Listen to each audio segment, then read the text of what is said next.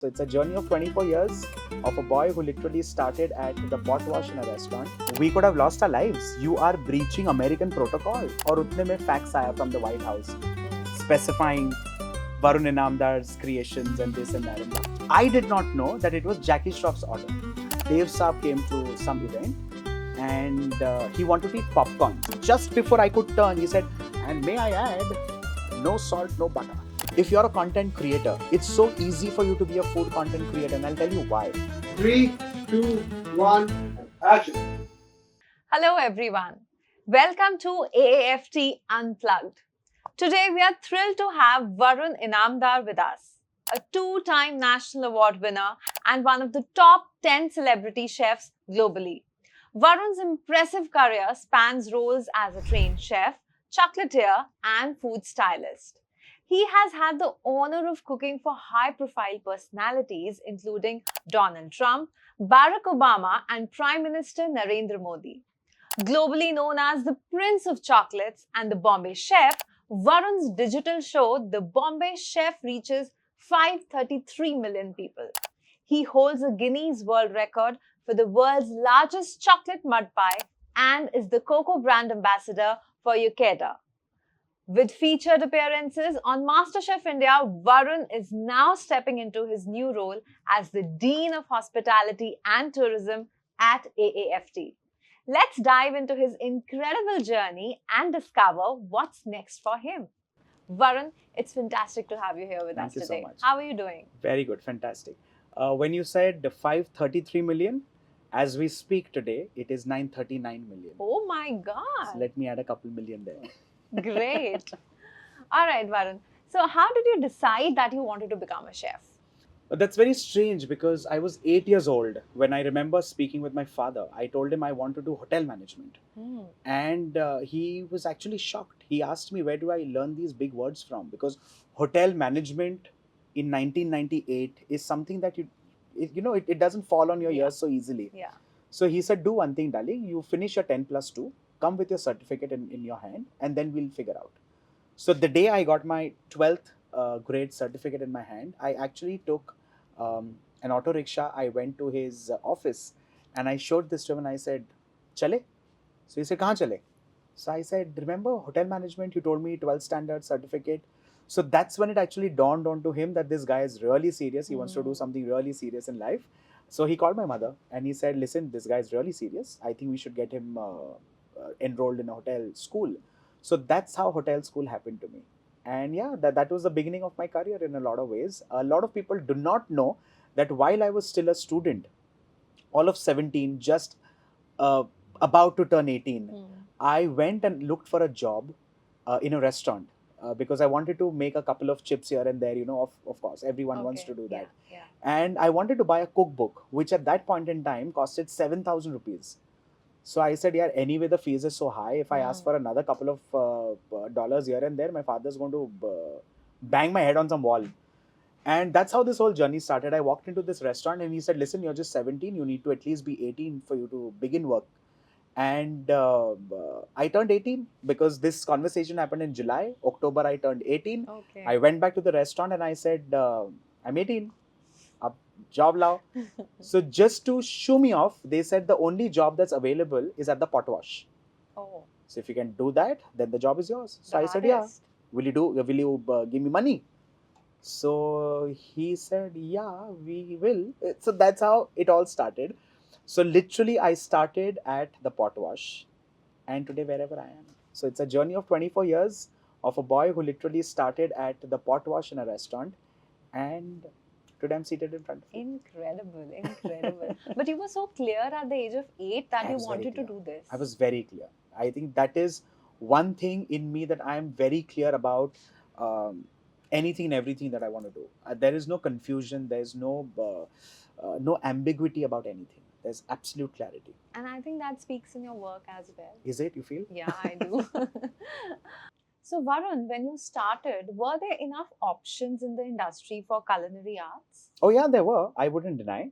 But again, the options were not as polished as you would expect them to be. Also, the options would land you in positions where you would be forced to learn on your own. Nobody would handhold and nobody would spoon feed, and nobody does that. And why would they? So if you think at the hindsight, um, yes, options were there, but not to the caliber and the effect that you would expect them to be. Also, the curriculum, as much as the faculty and the teachers and the professors would blare their lungs out and say, oh, we get the students ready for the industry, is far from reality.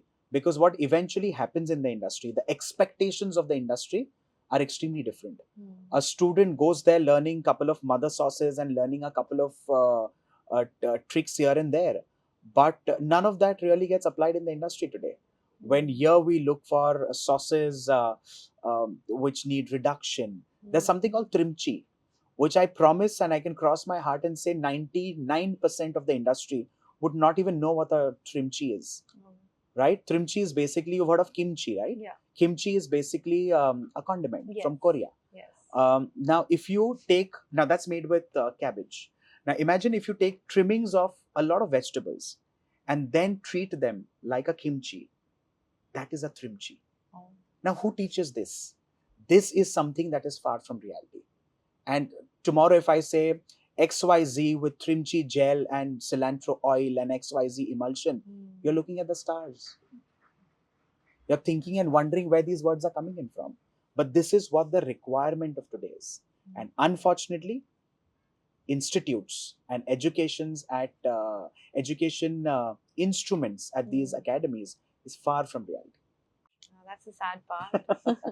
Okay, so do you think that the industry is booming now and there are enough opportunities for the students coming in?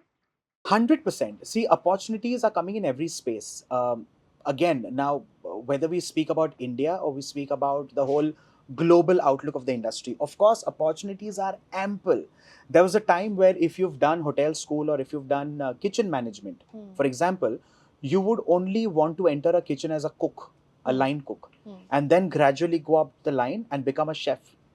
Gone are those days. Yeah. If you can speak well, if you can document well, if you can write well, if you can research well, there are so many opportunities for you, which are beyond kitchens, which are beyond stoves.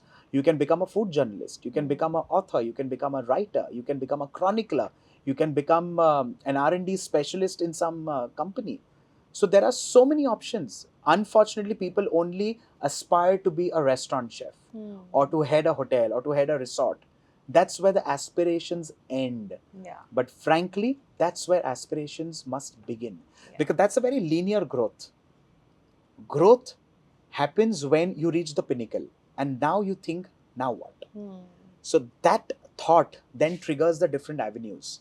And that's when you would start chronicling. You would say, oh, I'm actually going to Lucknow. Let me start writing about where all I can eat.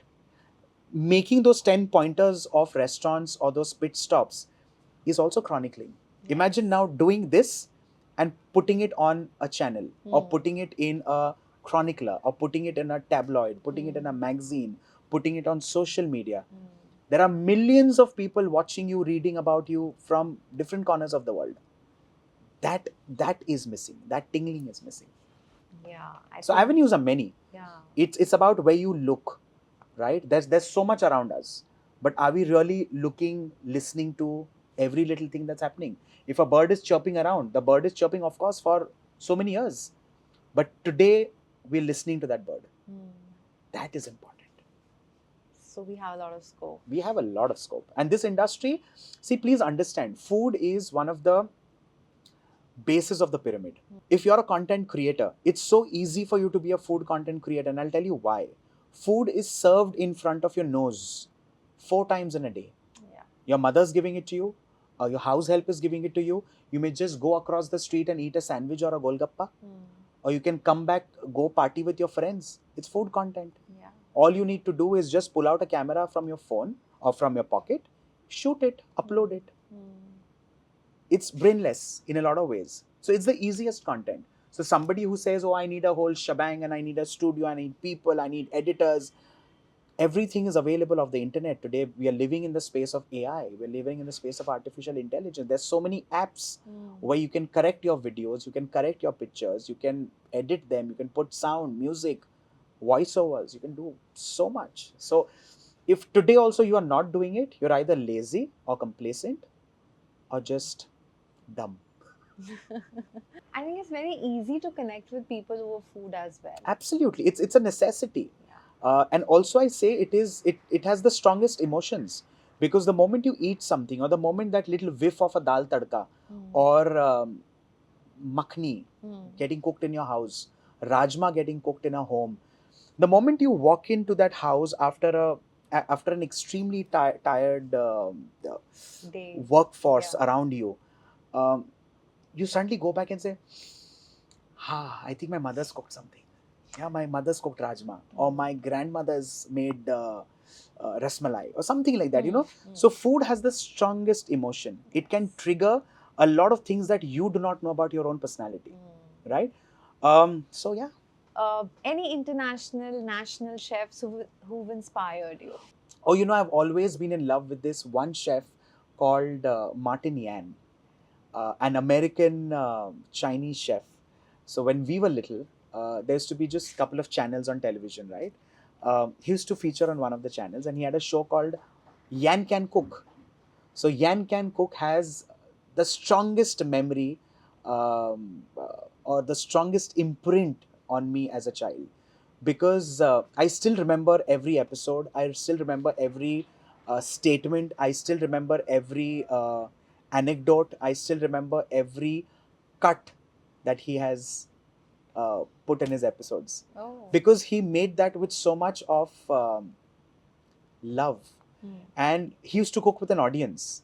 So while he's saying, I cut garlic like that, there's audience that's already celebrating and say, yay, finally he's cut garlic, because people used to wait for him to slap that clever onto garlic. So you know, these things that make you a brand.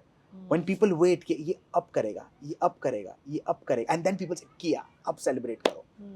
That's branding, right? So, and you know, I realized this when a lot of people started following my work. When I used to always say, okay, allow me to wash my hands and I'll get back to you. So the moment I say, allow me to wash my hands, people say, abhi haath dhone ja raha hai. Getting it? So then you know कि हाँ, you know, you're on a track. Another thing that somebody told me, जब तुम्हारे नाम के साथ तुम्हारा surname जुड़ने लगता है ना, in frivolous conversations, you've become a brand. So we never say, अरे अमिताभ दिखा रास्ते पे.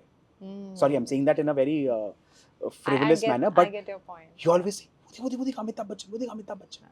So the moment your family name gets attached to your name, that's brand building. Yeah. Getting it? You may just say, वो देख Johnny. अरे Johnny कौन है? Johnny Depp है, Johnny Liver है, कौन Johnny? You know, so that is power. So this is when, you know, this is what I got to know from that man. Yeah. Now, these are little things that stay with you. So now you are Varun Inamdar. Great. Okay, Varun, what's your take on fusion food? Confusion. Confusion. I love the whole aspect where you bring different inspirations to food. A lot of food in my restaurants is inspired from different cuisines. So if I am doing a crab thecha thermidor in my restaurant in Singapore at 27 degree west, I'm doing something else completely different in Shanghai. I'm doing something completely different in Kashmir.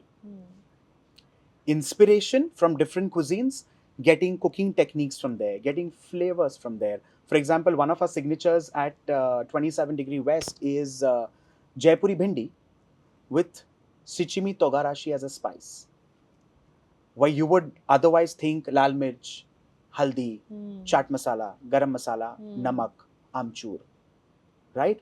Here I'm completely, you know, turning the whole thing on its head, and I'm putting a togarashi, which is a combination of 7 8 condiments and herbs and spices and things like that. So yes, be inspired. Okay, and I serve that with beetroot ketchup, which is smoked. So imagine a Jaipuri bhindi with togarashi spice and smoked beetroot ketchup. Now when you combine this together, you're not confused in your mind. You are thinking, wow, that's important, because see, your consumers, your guests, they're coming there paying. There's a transaction happening, Yes, right? yes, They're paying yes. and they're eating. If you cannot fulfill their need, then it's absolutely worthless even opening a restaurant. If you think, oh, I am the chef and I will do it my way, No, sorry, you cannot do it your way. You are serving an inspiration, and if people do not like it, you change it. Yeah. You come up with a new menu, you come up with a cyclic menu, because it's not adding value to your revenues. You open a restaurant to make revenues, right? To make monies out of it. And if that's not happening, I don't like you already. What's one bizarre fusion food combo you've ever tasted and which you thought wouldn't work, but then it ended up working?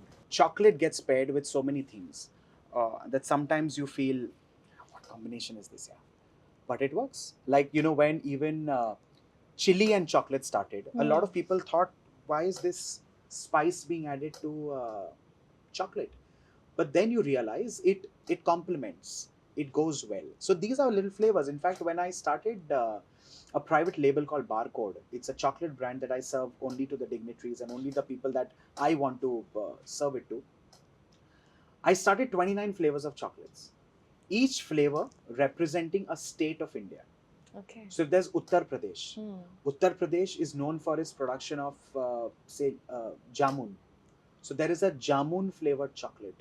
Okay. If Bihar is known for the production of lychees and, say, foxnuts, then the flavor is lychees and foxnuts.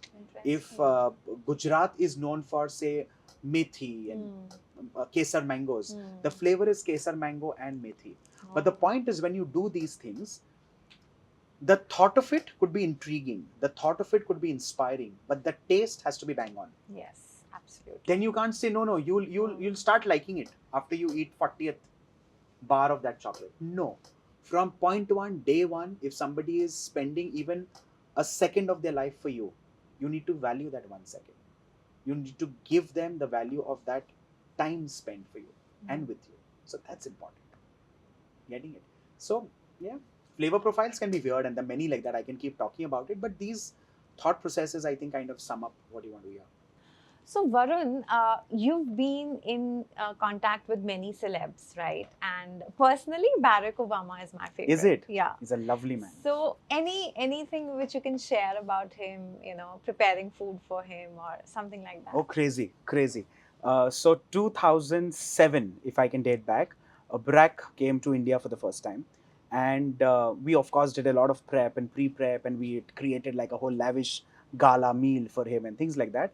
And as always, the bosses want you to move out of the scene and then stand there and present everything. So हमने तो ठान ली थी कि हमको तो ये करना नहीं है. We want to see Barack Obama. अगर इतना बड़ा आदमी हिंदुस्तान में आ रहा है, तो हम तो मिलेंगे. हम तो मतलब, we very deep that way. So we all hid ourselves in a service bar. Service bar is where drinks for the entire hotel move in from. Yeah. So between beer bottles, we were like hiding and, waiting for him to now come from here. And he reached just a couple of feet away, and he looked in and he said, Oh, he could spot you? oh my God, spot you? We could have lost our lives. You are breaching American protocol, American security protocol, which is... So he called us out, and we were 3 of us. So 2 disappeared. Main phas gaya. So he took his arm around my shoulder and he said, you seem to be a chef. Tell me what you've cooked for me. So I said, sir, this way. And I showed him the way to the venue. So we started walking towards the venue, and he said, oh my God, so much. What is your favorite? If you were Barack, what would you eat? So I picked up a piece of chocolate, which is some coffee and strawberry and something. I straight put it in his mouth. So this is absolutely another breach. And so he ate it, he loved it, and he immediately looked at Michelle and said, you need to learn how to make this chocolate from, what's your name? Varun Inamdar.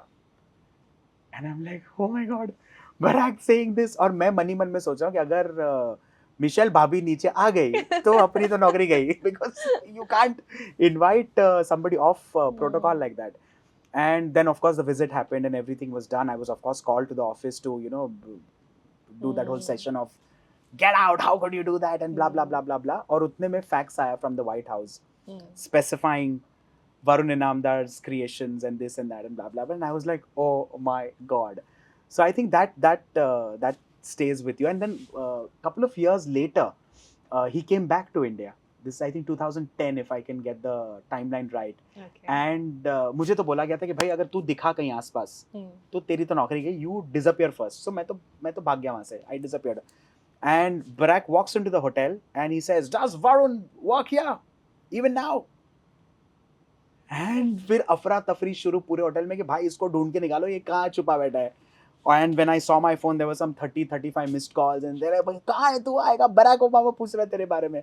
So that instills, a lot of confidence in somebody like you. Absolutely. कि यार, Barack Obama remembers your name. Yeah. He walks into the hotel and says, Varun Inamdar still works here. Wonderful. So I think these things stay with you, yeah. And Yeah. that's it's not wonderful. It's him being great.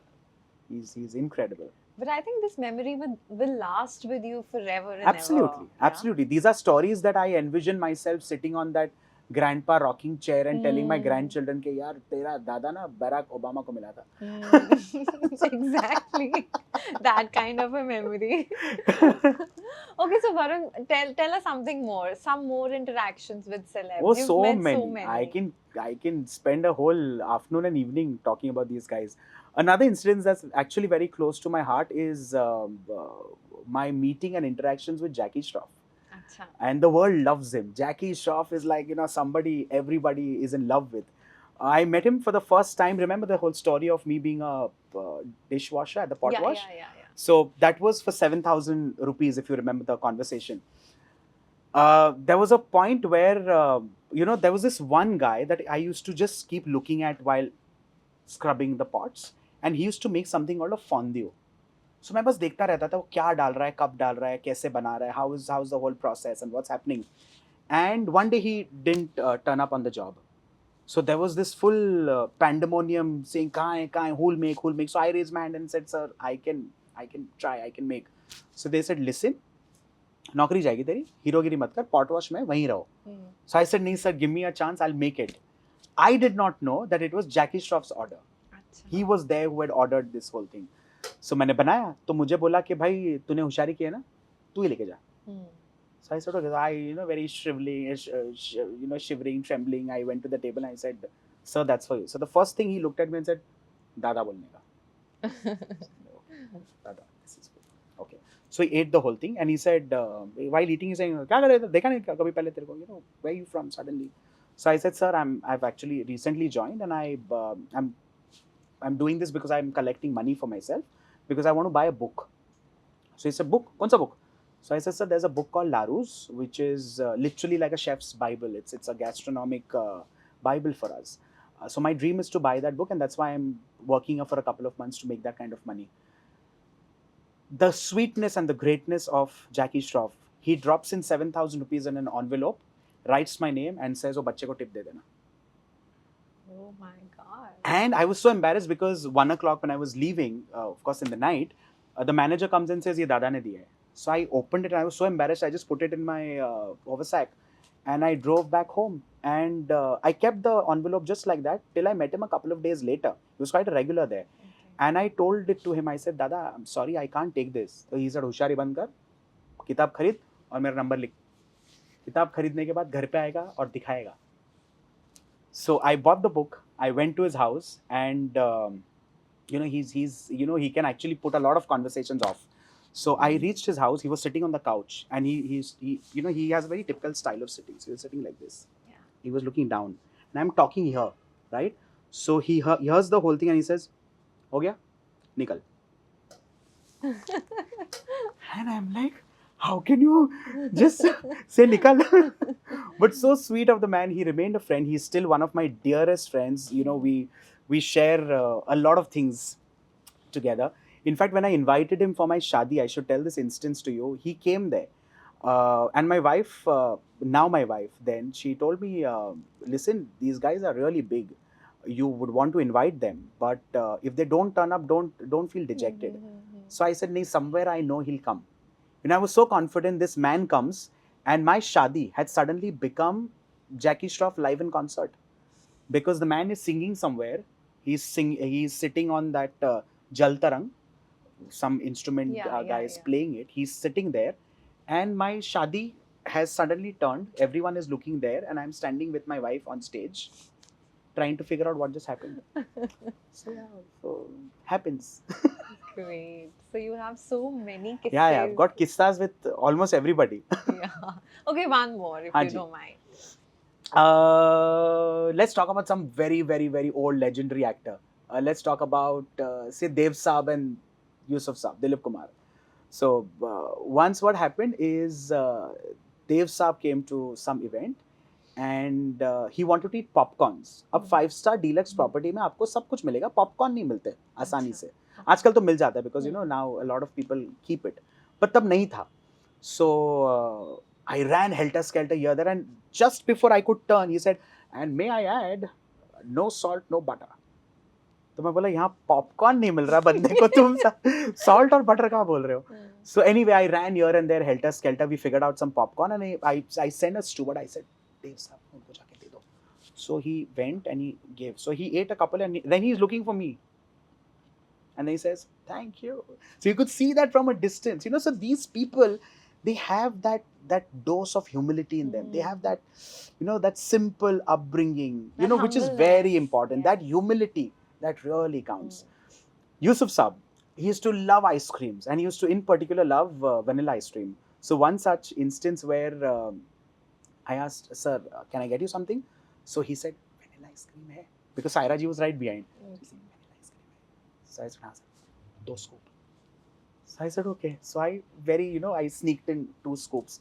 So he ate it and then he says, "One, one."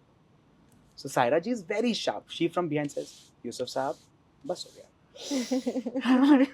पहले तो मैं भागूं, पहले खुद यहाँ से निकलो situation से.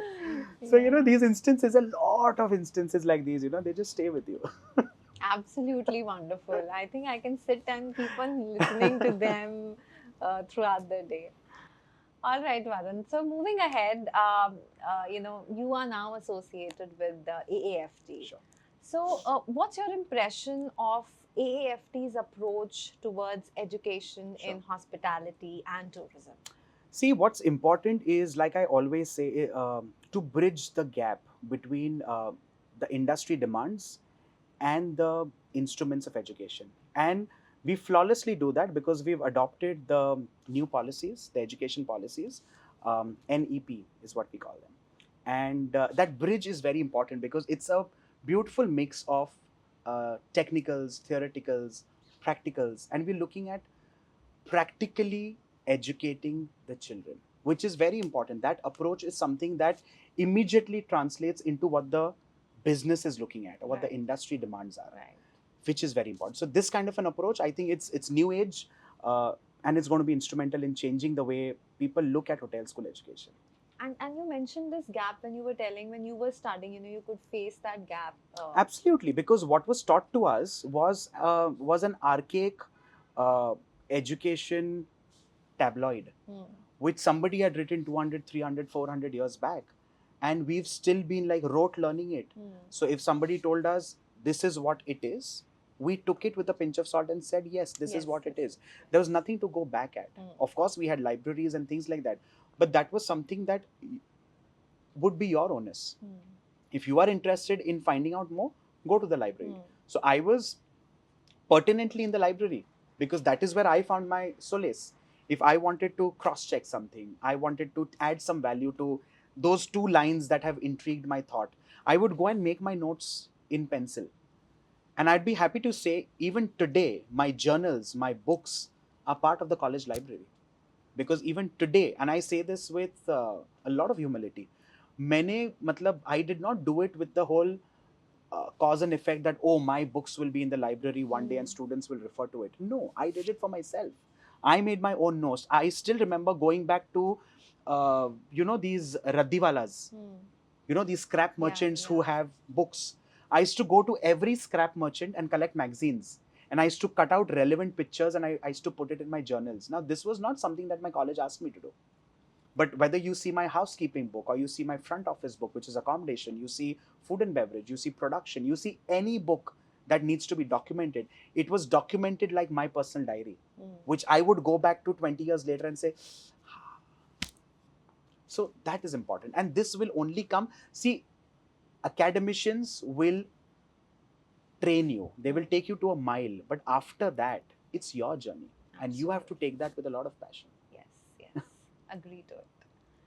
So now, as a mentor to our students, what specific aspects of AAFT's diploma in culinary arts are you most excited about? The whole curriculum. So what we've done is, we've very meticulously planned the entire curriculum. Like I said, a lot of industry ask is part of it. When I say that, it means there's a whole surround knowledge of different cuisines from across the globe, which inherently are a part of the curriculum, which is novel. It's different. It's also new age, because somebody, say, wants to learn about, say, Italian cuisine. There's a whole extract of that into the curriculum, which is very interesting, because otherwise you just learn the head markers, and that's about it. But in this case, we've actually deep dived into a cuisine, and we've brought that whole aspect to the fore. What we've also done is we have tried to create a semblance, and technologically we've taken it to the next level, because we are living in the space of artificial intelligence. We're living in the whole space of chat gpt, which can show you, teach you so much in today's times also. If a student is not willing to learn, then it is something that needs to be triggered in the student, because we are living in times where you have knowledge everywhere. You're surrounded, you're living in that ecosystem which is full of data.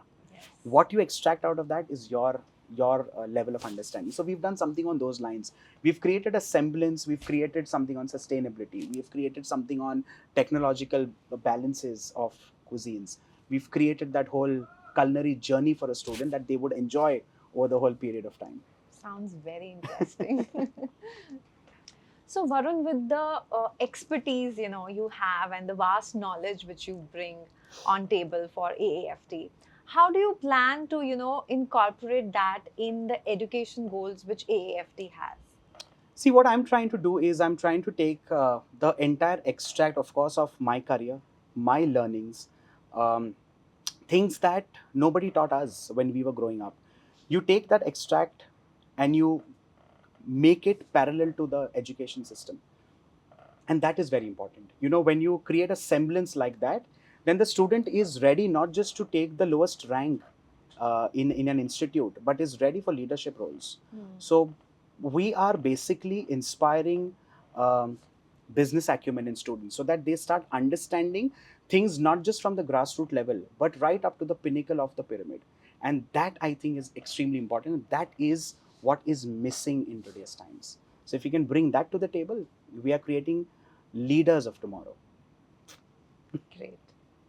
Okay, what's one major challenge which you're excited to tackle in your new role here at AAFT? I think the student's mind is one of the greatest challenges, because every student comes with their own balance of equation in their own mind. So if you can capture their energies, create that into a synergy, and create something out of the classroom, I think that's going to be challenging. But I think I'm good at that, so I don't take it as a challenge. I'm sure the students are going to love me.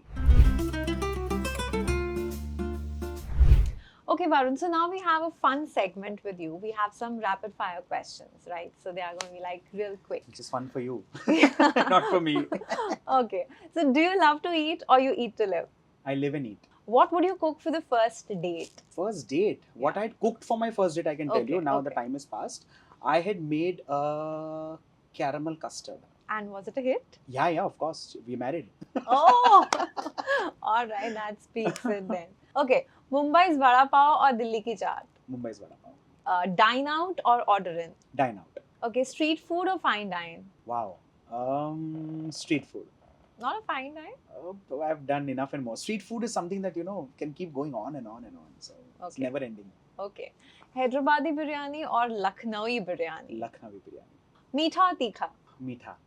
You have a sweet tooth. Whole denture. Okay. Coffee or chai? Depends. Really depends. So mornings could be chai, evenings could be coffee. And cooking at home or experimenting in a professional kitchen? Both. I fancy both. I love both.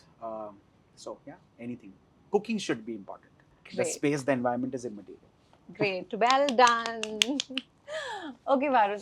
So now, because you are associated with us as the industry dean, I would want you to share a little message to our students, Sure. which might be motivating for them Sure. and which might inspire them. Done. Hello, future hospitality and tourism stars. My name Varun Inamdar, and I'm extremely thrilled and chuffed to welcome all of you to AAFT. As the new dean, I'm here to bring excitement and creativity to your journey.